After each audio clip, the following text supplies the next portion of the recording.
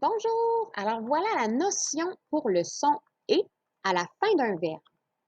Il y a quatre façons d'écrire le son et à la fin d'un verbe. Puis on va regarder en fait des stratégies pour être capable de choisir la bonne terminaison. Alors un verbe qui se termine avec le son et qui s'écrit ER, c'est un verbe qui va être à l'infinitif. Souvent, ce verbe-là, ce verbe-là va être précédé d'un verbe conjugué ou d'une préposition. Donc, dans l'exemple que tu as ici, c'est il ne laisse pas tomber. Le verbe tomber se termine en ER. C'est un verbe qui est à l'infinitif et il est précédé du verbe conjugué laisse. Puis grimper, lui, il est précédé de la préposition de. Donc, un verbe qui se termine en ER, c'est un verbe qui est à l'infinitif. Tu peux, comme truc, tu peux le remplacer par un autre verbe que tu connais qui est à l'infinitif.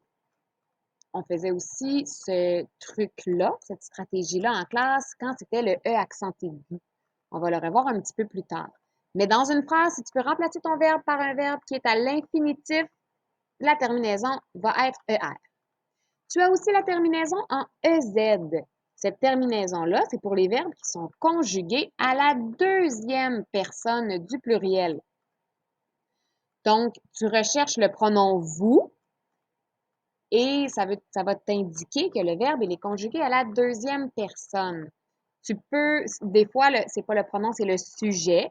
Donc, le sujet, ce serait, si je lis la phrase toi et tes parents.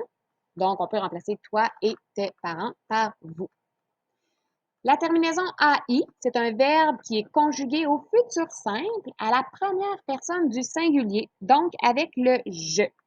On se rappelle que quand on conjugue un verbe au futur, on utilise le petit mot demain ou la semaine prochaine ou un petit mot qui t'indique que l'action va se passer dans le futur.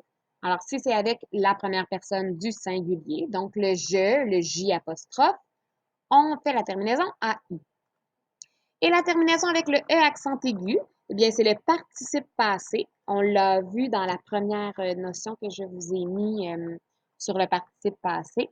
Puis, dans le fond, ça se termine avec un E accent aigu.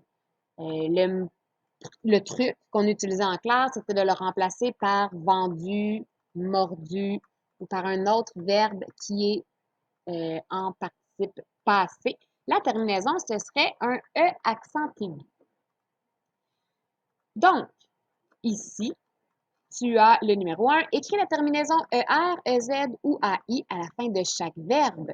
Souligne le mot qui précède le verbe et qui explique sa terminaison. Fais pause, fais ton exercice, puis on va le corriger ensemble.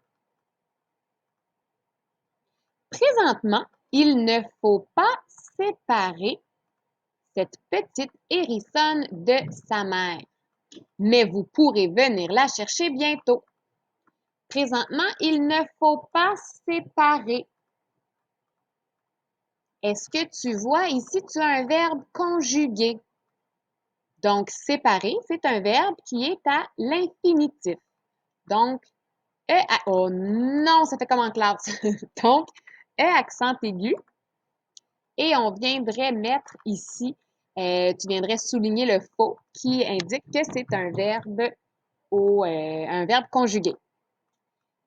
Mais vous pourrez conjuguer avec vous, deuxième personne du pluriel EZ, venir la chercher bientôt. Donc, c'est un verbe qui est à l'infinitif. Donc, ER, et tu soulignes venir. Je vais te mettre une photo de cet exercice-là pour que tu puisses te corriger comme il faut. Et je t'invite à aller à la page suivante, faire les exercices 2 et 3.